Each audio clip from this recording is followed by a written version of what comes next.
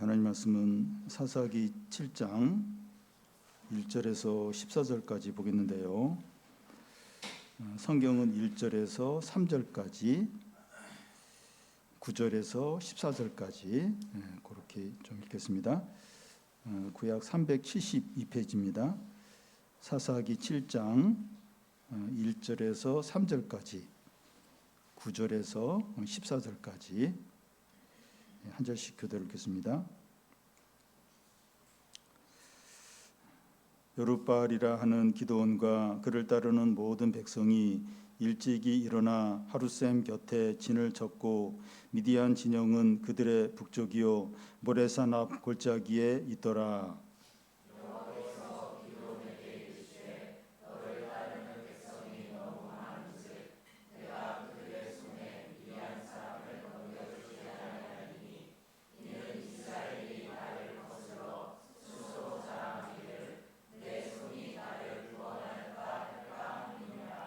이제 너는 백성의 귀에 외쳐 이르기를 누구든지 두려워 떠는 자는 길앗산을 떠나 돌아가라 하라 하시니 이에 돌아간 백성이 22,000명이요 남은 자가 10,000명이었더라. 9절입니다.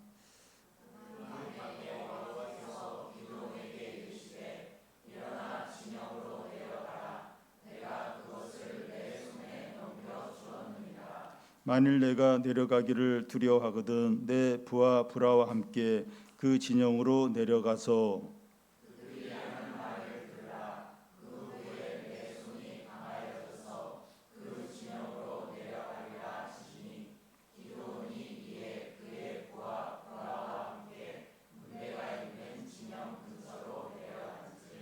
미디안과 아말렉과 동방의 모든 사람들이 골짜기에 누웠는데 메뚜기의 많은 수와 같고 그들의 낙타의 수가 많아 해변의 모래가 많음 같은지라.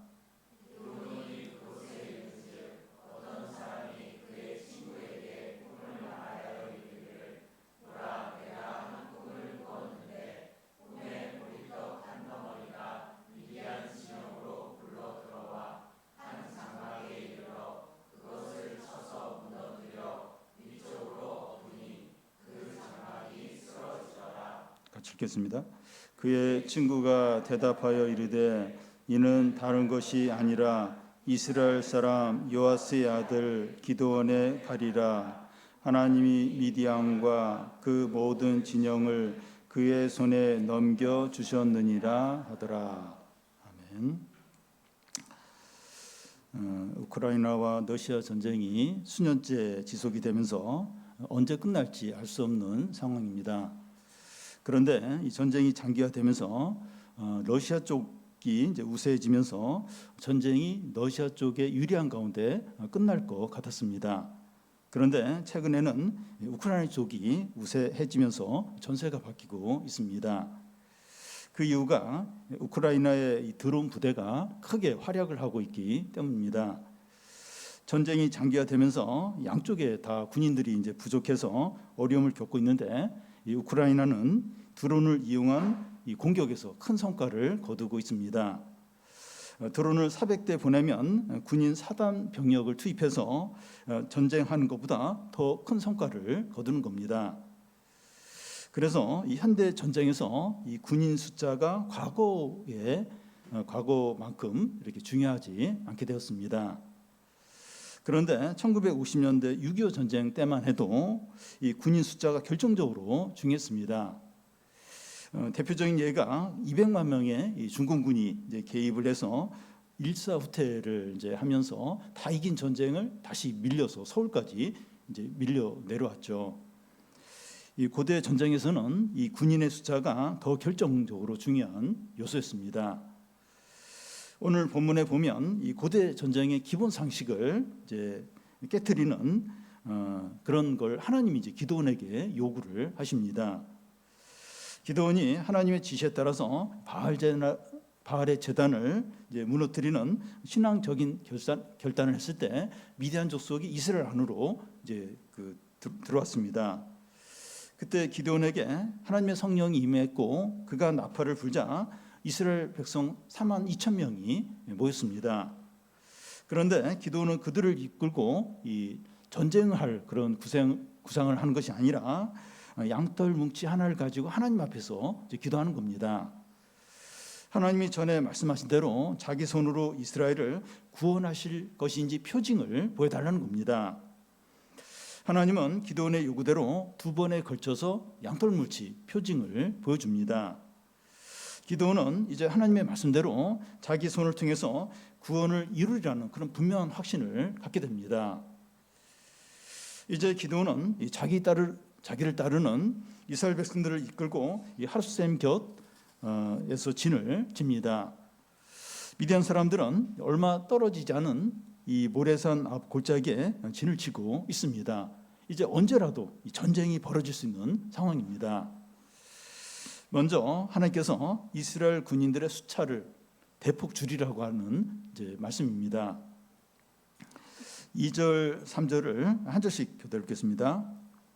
여호와께서 기드온에게 이르시되 너를 따르는 백성이 너무 많은즉 내가 그들의 손에 미디안 사람을 넘겨주지 아니하리니 이는 이스라엘이 나를 거슬려 스스로 자랑하기를 내 손이 나를 구원하였다 할까 함이니라.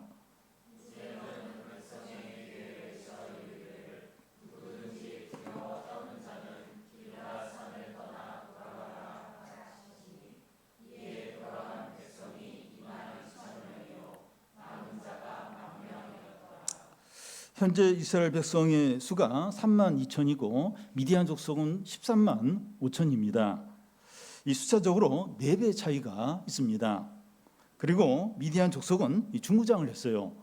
또 기마병과 같은 낙타 부대를 가지고 있습니다. 거기에 비하면 이스라엘 백성들은 무기도 변면치 않고 오합지졸 같은 상황입니다. 그런데 하나님이 기드온에게 하신 말씀이 뭔가 하면 너를 쫓는 백성이 너무 많다는 겁니다. 그래서 이스라엘 백성의 손에 미디안을 붙이지 않겠다는 겁니다. 왜냐하면 전쟁에서 승리하면 이스라엘 백성이 자기들의 능력으로 승리했다고 그렇게 자랑할 것이기 때문이라는 거예요. 그래서 하나님이 기드온에게 하시는 말씀이 뭡니까?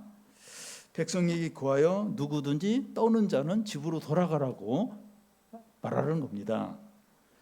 이런 명령은 이해가 되지 않죠. 반드시 이겨야 하는 전쟁인데 한 사람이라도 더 붙잡아서 전쟁에서 이기는 게 중요하지 않습니까? 두려워 떠는 사람이 있으면 격려해서 다 같이 싸우자고 그렇게 해야 되는 거 아닙니까?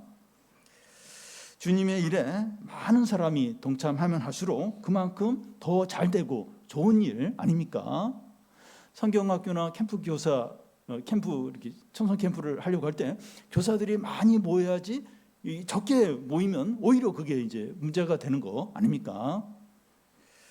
기드온이 하나님의 말씀대로 이 두려워하는 자들은 집으로 다 돌아가라고 이렇게 하니까 3만 2천 명 중에서 2만 2천 명이 돌아가요. 10,000명만 남습니다.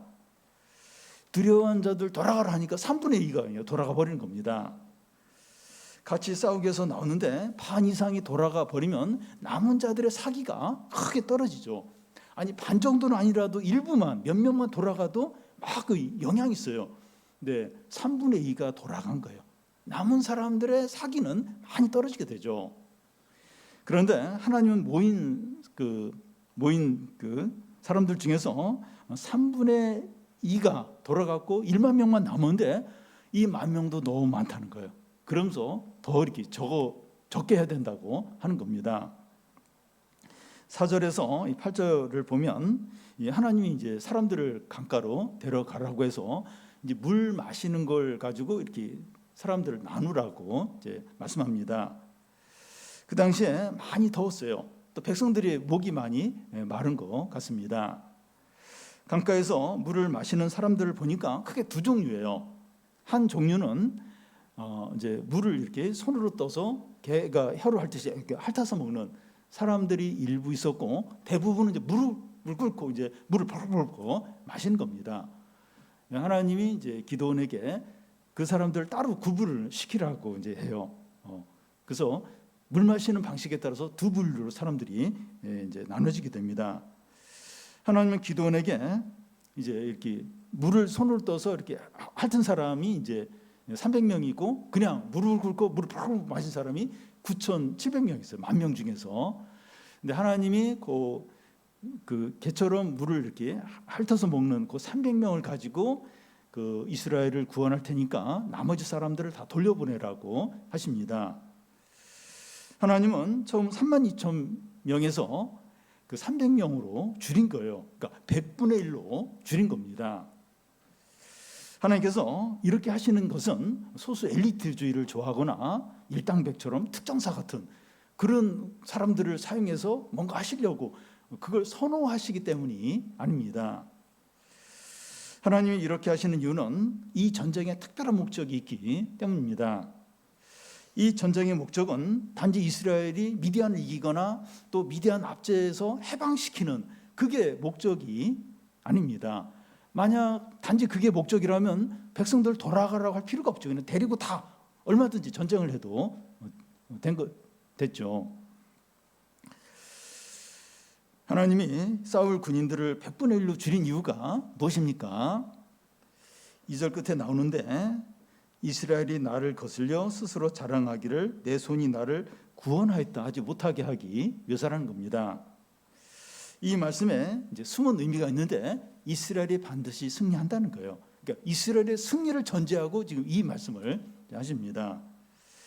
그런데 승리했을 때 우리의 능력으로 승리했다고 말하지 못하도록 하기 위해서 지금 이런 식으로 줄이고 있다는 겁니다. 우리가 승리를 하게 된 것은 오직 하나님의 능력 때문이다 이렇게 고백을 하고 하나님께 모든 영광을 돌리도록 하기 위해서 이렇게 확 줄이게 한 거라는 거예요. 하나님은 전쟁의 승리 여부보다도 하나님이 이렇게 찬양받는 거, 하나님의 영광이 드러나는 걸 훨씬 더 중요하게 여깁니다. 우리는 이제 중요한 게 이기는 거예요. 어디 잘 되는 겁니다. 근데 하나님은 승리는 그건 그렇게 중요하지 않고 그건 뭐 당연하다는 거예요. 어떻게 보면 중요한 것은 자신의 영광, 하나님의 영광이 드러나는 게 제일 중요하게 그렇게 여기시는 겁니다. 32,000에서 이제 300명으로 이제 줄여서 그들에게 가능성이 전혀 없게 하시는 겁니다. 아니 300명 가지고 어떻게 그 14만 5천 명을 이길 수 있습니까? 그러니까 아예 전쟁을 시작하면서 이스라엘 백성들이 우리에게는 가능성이 없다. 우리는 아무리 해도 이길 수 없다. 그 생각을 미리 갖도록 이제 그렇게 이제 하시는 거죠. 만약 전쟁에서 이겼다면 이건 하나님의 능력이다. 오직 하나님의 능력 때문에 이긴 거지 우리가 이렇게 잘해서 하는 건 전혀 아니다. 그런 생각을 처음부터 갖도록 이렇게 100분의 1로 확 그냥 줄이도록 이제 하신 겁니다. 그런데 하나님은 이번 미디안의 전쟁에서도 그러하시고 출애굽 때도 그러하시고 다윗이 수많은 전쟁을 하게 되는데 그 다윗의 전쟁에서도 이런 식으로 하셨습니다. 하나님만이 드러나고 하나님만 영광을 받고 하나님만 높임을 받게 그렇게 이제 전쟁을 하게 이제 하시는 겁니다. 하나님은 왜 자기만 이렇게 드러나고 영광 받기를 목적으로 하시는 것일까요? 이 표현은 뭐 적절하지 않지만 하나님이 관종이라 그러신가? 그렇지는 않죠. 그렇지는 않습니다. 하나님은 누가가 인정해주고 칭찬을 받을 필요가 전혀 없는 완전하시고 스스로 충분하신 그런 분이시죠. 그런데 왜 이렇게 하십니까? 우리들의 유익을 위해서입니다. 우리가 힘들어하고 절망적인 문제에서 하나님의 영광이 나타날 때 우리 믿음이 살아나요. 하나님과의 관계가 회복이 되고 구원의 풍성함을 누리게 됩니다. 하나님만 드러나고 하나님만 영광 받는 것이 우리에게 큰 유익이 돼요. 우리는 반대로 우리가 막 이렇게 뭔가 어려운 일을 해결했을 때 우리가 막 인정받고 칭찬받고 그게 최고의 자기의 유익이라고 생각하는데 그게 아니에요. 사람은 안 드러나고 나는 안 드러나고 하나님만 드러나고 하나님 영광 받는 게 우리에게 유익이에요. 왜냐하면 그걸 통해서 우리 믿음이 살아나요. 그리고 하나님을 더 의지하게 되고 그리고 하나님의 어떤 구원의 풍성함을 더 누리게 되는 거예요. 그래서 하나님의 관종이어서 무엇을 하든지 하나님 영광 받고 내가 드러나야 된다. 내 이름이 찬양받아. 그렇게 하시는 게 아니라는 거예요. 그게 우리에게 진정한 유익이 된다는 거예요. 전쟁에서 승리하고 병이 낫고 뭐가 잘 되고, 그것보다도 그 일을 통해서 하나님의 영광이 나타나고 하나님을 경험하고 하나님과 관계를 회복하고, 이게 우리에게 말할 수 없는 유익이 된다는 거예요. 그래서 그렇게 하나님이 그걸 집착을 하시는 거예요. 내 영광이 드러나고 내 이름만 높아지도록, 그렇게 우리의 유익을 위해서 그렇게 하시는 거죠. 우리의 어려움이나 다음 주에 있는 유스케빈 캠프나 우리 교회에 대한 하나님의 목적은 하나님이 드러나고 하나님께서 영광을 받으시는 겁니다. 우리의 어려움이 크고 상황이 힘들수록 하나님의 영광이 더 잘 드러나게 됩니다. 어두울수록 작은 빛이 잘 드러나는 것처럼, 상황이 어려우면 어려울수록, 우리가 이렇게 약하면 약할수록 하나님의 영광이 더 잘 드러나게 됩니다. 하나님은 의도적으로 우리 상황을 더 어렵게 하실 때가 종종 있습니다. 그래야 하나님의 영광이 더 잘 드러나기 때문이죠. 모세가 40세 때 전성기 최고 때 이제 이스라엘을 구원하려고 의석서 했습니다. 그때 이제 이렇게 살인자의 누명을 쓰고 도망을 가죠. 80세가 됐을 때, 노년에 이제 뭐 기대할 것이 아무것도 없는 그때 이제 하나님이 찾아오셔서 이제 모세를 통해서 하나님의 큰 구원과 능력을 나타내시죠. 그러니까 자기를 뭐 자랑하고 의지할 것이 없는 그럴 때 하나님의 영광 능력이 더 잘 드러나시죠. 하나님은 그때까지 기다리시기도 하고 자꾸 그런 상황을 만드실 때도 있어요. 왜냐하면 하나님의 영광이 더 잘 드러나도록 하기 위해서입니다. 그래서 우리는 큰 어려움이나 이 절망적인 상황에서 너무 낙심하지 않아야 합니다. 왜냐하면 하나님께서 자기의 능력과 영광을 드러내기 위해서 이 모든 어려움을 허락하셨기 때문입니다. 그래서 우리에게 필요한 것은 믿음과 확신을 가지고 하나님의 영광이 나타나도록 기도하는 겁니다. 지금 이렇게 힘든데 무슨 하나님의 영광이야, 지금 돈이 있어야 되고 어려움이 빨리 해결되는 게 필요하지. 근데 믿음과 확신을 가지고 지금 이 제일 어려운 가운데서 하나님의 영광이 나타나도록 그렇게 기도하는 게 얼마나 필요한지 모릅니다. 우리의 욕심이나 유익은 내려놓는 거예요. 내려놓고 하나님의 영광이 나타나기를 기도하는 겁니다. 이건 하나님 뜻에 너무 일치하는 거예요. 하나님 너무 원하시는 거예요. 그래서 이런 기도를 하면 너무나 잘 들어주십니다. 하나님, 이 상황에서 내가 좀 원하는 게 있고 내 필요가 있는데 이것보다도 하나님이 나타나 주십시오. 하나님의 영광이 나타나게 해주십시오. 이건 하나님 뜻과 너무 잘 일치하는 거예요. 하나님이 그 기도를 너무 잘 들어주십니다. 그래서 하나님이 드러나고 하나님의 영광이 나타나고 하나님 이름의 높임을 받을 때 그때 나도 살아요. 그리고 내 피로도 진정으로 채워지고 진정한 유익을 얻게 됩니다. 하나님의 영광은 나타나는데 나는 그냥 이렇게 막 쓰러져 죽을 지경이고 막 그렇게 하지 않으세요. 그렇게 하나님이 드러났는데 우리를 안 살려주겠습니까? 그 위기 고난 가운데서 건져주지 않으시겠어요? 그래서 우리가 기도할 게 내 필요가 있어요. 내 욕심이 있어요. 내가 원하는 바가 있어요.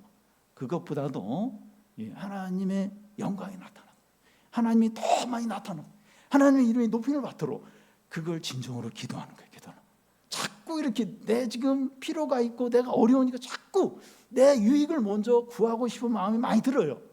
그런데 그것보다도 하나님의 이름이 높임을 받게 해달라고, 하나님의 뜻이 이루어지게 해달라고. 내 뜻보다도 그렇게 기도할 때 하나님 뜻이 이루어져요. 하나님의 영광이 나타납니다. 하나님 나오심이 드러나요. 그럼 나도 살아요.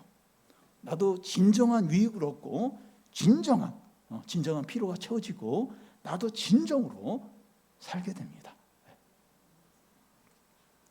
하나님께서 기드온에게 다시 이제 확신을 주십니다. 이스라엘 군사수를 이제 300명으로 줄인 상황에서 이스라엘과 싸운 미디안의 그 연합군의 규모는 어떻습니까? 12절을 같이 한번 읽겠습니다. 미디안과 아말렉과 동방의 모든 사람들이 골짜기에 누웠는데 메뚜기의 많은 수와 같고 그들의 낙타수가 많아 해변의 모래와 많음 같으니라. 미디안 사람과 아말렉 사람과 동방의 사람들이 이제 잠을 자니라고 이렇게 누워 있는데 메뚜기 떼서는 온 땅을 덮는 거예요. 그러니까 워낙 많으니까 이스라엘이 뭐 이렇게 군사를 뭐 신경도 안 써요. 지들이 뭘 우리를 공격하면서 너무 많은 거예요. 그리고 이 그들이 타고 다니는 이 낙타수가 바다의 모래알처럼 많다는 거예요. 그러니까 낙타는 이제 전쟁할 때 기마병이 있는데 너무 많은 거예요. 숫자는 그 메뚜기 떼 같고 낙타수는 바다의 그 모래알 많고 뭐 상상할 수 없이 엄청난 수가 이제 많은 겁니다.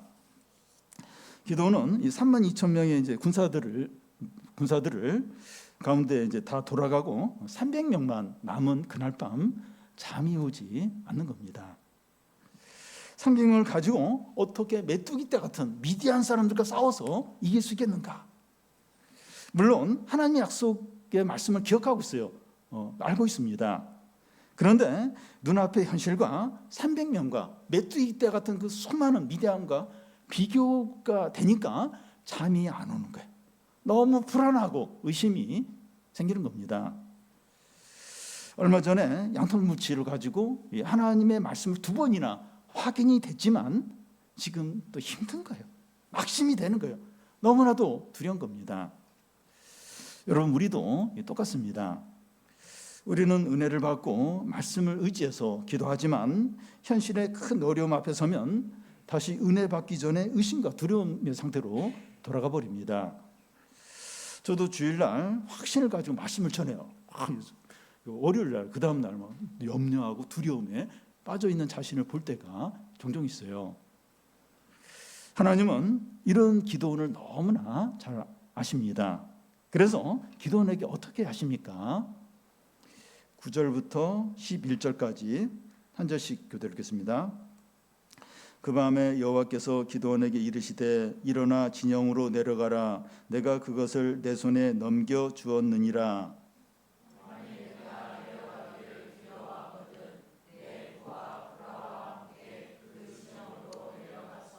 그들이 하는 말을 들으라. 그 후에 내 손이 강하여져서 그 진영으로 내려가리라 하시니 기드온이 이에 그의 부하 브라와 함께 군대가 있는 진영 근처로 내려간즉. 하나님이 지금까지 기드온에게 보여주신 표징만 해도 충분하고 또 여러 번 보여주셨습니다. 그런데 기드온은 자꾸 의심하고 두려워해요. 그러니까 기드온이 유난히 의심이 많은 그런 이제 사람인 것 같아요. 우리의 모습을 이제 보는 것 같습니다. 그런데 하나님은 이런 기드온을 책망하지 않아요. 또 한번 기드온의 믿음을 붙들어주는 표징을 주십니다. 하나님은 성도들을 인도할 때 획일적으로 하지 않고 각 사람에게 맞게 하십니다. 의심 많고 두려움이 많은 자에게는 몇 번이고 확신을 갖도록 증거물들을 주십니다. 부족하거나 약하다고 야단치거나 버리지 않습니다. 불신앙과 교만은 죄예요. 근데 약하고 부족한 건 죄가 아닙니다. 이 불신앙과 교만 이건 죄인데 약한 거, 부족한 건 죄가 아니에요. 약하기 때문에 버리거나 또 막 이렇게 막 화를 내거나 그렇게 하지 않으십니다. 기다려 주시죠. 그리고 그 사람에게 이렇게 맞춰 주십니다. 여러분, 주님이 우리를 이런 식으로 인도하신다는 게 얼마나 감사한지 모릅니다. 기드온이 하나님의 말씀대로 부하를 데리고 이제 미디안진에 내려갔을 때 어떤 말을 듣게 됩니까? 13절, 14절을 한 절씩 교대로 읽겠습니다.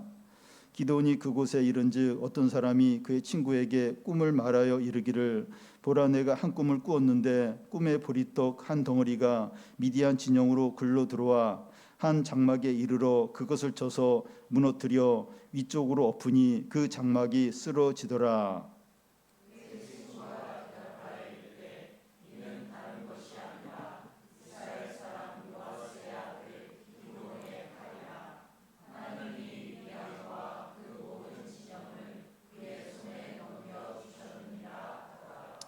이 그때가 밤인데 기드온이 그 부하 브라와 함께 미디안 진가로 진은 근처로 이제 내려갔는데 문득 미디안에 지내 있는 두 사람이 서로 주고받는 말을 듣게 됩니다. 한 사람이 그의 친구에게 자기가 꿈꾼 이야기를 이제 말하는데 내가 꿈을 꾸었는데 보리떡 한 덩어리가 미디안 진의 한 장막에 이르러 그것을 쳐서 무너뜨리고 엎드러뜨리고 쓰러뜨렸다는 겁니다. 이 같은 표현을 3번을 써요. 무너뜨리고 엎드러뜨리고 쓰러뜨리고 완전하게 박살을 냈다는 겁니다. 그러자 그의 친구가 그 꿈 얘기를 이제 해몽을 해주는데, 그 꿈은 다른 것이 아니라 이스라엘의 요아스의 아들 기드온의 칼날인데 하나님이 미디안과 그의 모든 군대를 그의 손에 붙인 것을 보여주는 꿈이라는 겁니다. 지금 미디안 2사람이 하는 말은 전에 하나님이 기드온에게 하셨던 말씀이에요. 그런데 동일한 말씀을 기드온이 이 대적 미디안의 사람의 입을 통해서 다시 듣게 되는 겁니다. 이것은 하나님이 기드온을 통해서 이스라엘을 미디안 사람들에게 구원하신다는 너무나 분명한 표징입니다. 아니, 같은 하나님 백성을 통해서 이렇게 듣는 게 아니라 완전히 이제 공격해서 이제 함락시킬, 이길 그 적에 있는 2사람이 꿈 얘기를 하면서 이 얘기를 하는 거예요. 하나님이 전에 기드온에게 하셨던 말씀을 그 대적 2사람이 그 이야기를 하면서 그 얘기를, 똑같은 얘기를 기드온이 듣게 되는 겁니다. 이거 너무나 분명한, 하나님이 승리를 주신다는 너무나 분명한 그런 표징이죠.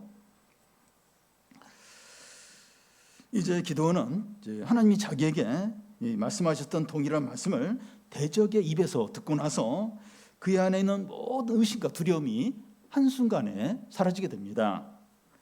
특히 보리떡 이야기를 들으면서 기드온은 직감적으로 저 보리떡은 나를 가리키는데 하면서 직감적으로 저 보리떡은 나다 이렇게 느낍니다.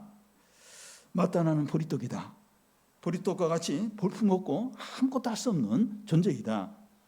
그런데 하나님이 보리떡 같은 나를 들어서 미디안의 장막을 철저하게 무너뜨리시는구나 하고 딱 느끼게 됩니다. 기드온은 자기 자신과 이 300명의 군사가 보리떡이라는 생각이 들면서 혼란스럽고 복잡한 생각들이 싹 정리가 돼요. 그러면서 너무나 분명한 확신과 엄청난 용기가 생기게 됩니다. 그러니까 이 기드온을 뭐 엄청난 뭐 대단한 걸로 이렇게 비유해서 뭐 그런 게 아니라 이제 보리떡 이야기를 하는데, 그러면서 뭐 어떻게 싹 정리가 된 거예요. 어떤 확신이 드는 겁니다. 여러분, 하나님이 우리를 사용하시도록 하기 위해서 필요한 게 뭔가 하면 우리 자신을 보리떡처럼 여기는 겁니다. 나는 보리떡처럼 볼품이 없고 아무것도 할 수 없는 무능한 존재라는 걸 철저하게 인정하는 겁니다. 보리떡을 생크림처럼 이렇게 꾸미는 것이 아니라 보리떡은 보리떡답게 되는 거예요. 우리가 이제 보리떡답게 된다는 게 무슨 의미인가 하면, 우리를 외적으로 다른 사람처럼 막 이렇게 뭘 갖추려고 막 이렇게 하는 것이 아니라 성령 충만하고 말씀의 사람이 되도록 하는 것, 거기에만 충실한 거예요. 우리가 이제 보리떡답다 하는 게 뭔가 하면 이렇게 뭔가 이렇게 뭐 이렇게 좀 이렇게 외적으로 볼 때 뭔가 좀 강해 보이고 뭔가 대단해 보이고 거기에 신경을 쓰고 그렇게 갖추려고 하는 것이 아니라 진짜 말씀의 사람이 되는 거예요. 성령 충만한데 거기에만 집중하는 거예요. 그게 이제 보리떡답게 되는 거죠. 우리 자신의 재성과 한계를 인정하는 거예요. 하나님 앞에서 자신을 철저하게 낮추는 겁니다. 내가 참 죄인이고 이렇게 한계가 많고 부족한 거 다 인정하는 거예요. 잘 못하는 거, 없는 거 인정하는 겁니다. 그러면서 하나님 앞에서 자신을 지극하게 낮추는 겁니다. 그러면서 보리떡을 들어서 사용하시는 하나님을 전적으로 의지하는 겁니다. 한없이 자신의 한계를 인정하고 자신을 낮추고 그러면서 하나님의 능력을 전적으로 의지하는 겁니다. 여러분, 자신을 하나님 앞에서 보리떡으로 인정한 사람만이 하나님을 전적으로 의지하게 돼요. 자기를 뭐 생크림 케이크나 뭐 고급 카스테라로 이렇게 그렇게 생각하는 사람은 하나님을 의지하지 않아요. 하나님을 전적으로 안 의지해요. 왜냐하면 자기 스스로 능력 있고 자기는 대단하다고 여기기 때문이죠. 여러분, 우리에게 하나님의 이 큰 능력이 나타나기 위해서 이 필요한 2가지는 깊은 겸손과 하나님을 전적으로 의지하는 믿음입니다. 나는 보리떡이라는 깊은 겸손과 그렇기 때문에 주님만 전적으로 의지하는 겁니다. 사랑하는 여러분, 우리가 보리떡다울수록 우리를 통해서 하나님의 능력과 하나님의 놀라운 일들이 풍성하게 나타나게 됩니다. 저는 시간이 지날수록 참 보리떡 같다. 뭐 보리떡 비슷한 게 개떡, 쑥떡 이런 건데 그걸 점점 느끼게 됩니다. 우리 교인들도 이 보리떡이고 우리 교회도 보리떡이라고 생각합니다. 우리에게 필요한 것은 깊은 겸손이고 하나님을 전적으로 의지하는 믿음입니다. 그러면 우리 자신과 교회를 통해서 하나님의 영광과 큰 구원과 놀라운 부흥이 나타나게 됩니다. 기도는 이 대적의 입을 통해서 이 하나님의 말씀을 들은 후에 더 이상 아무것도 두려워하지 않습니다. 15절에 보면 이스라엘 진으로 돌아와서 큰 소리로 외치는데 일어나라, 여호와께서 미디안 군대를 너희 손에 붙였느니라, 큰 소리로 외칩니다. 우리도 오늘 말씀을 듣고 낙심과 불안과 두려움의 자리에서 벌떡 일어나시기 바랍니다. 이제 용기와 확신을 가지고 다 일어나서 우리 앞에 있는 영적인 싸움과 어려움들과 죄 유혹에 승리하고 영광과 축복과 부흥을 누리시기 바랍니다. 기도하고 찬양하고 좀 기도하겠습니다.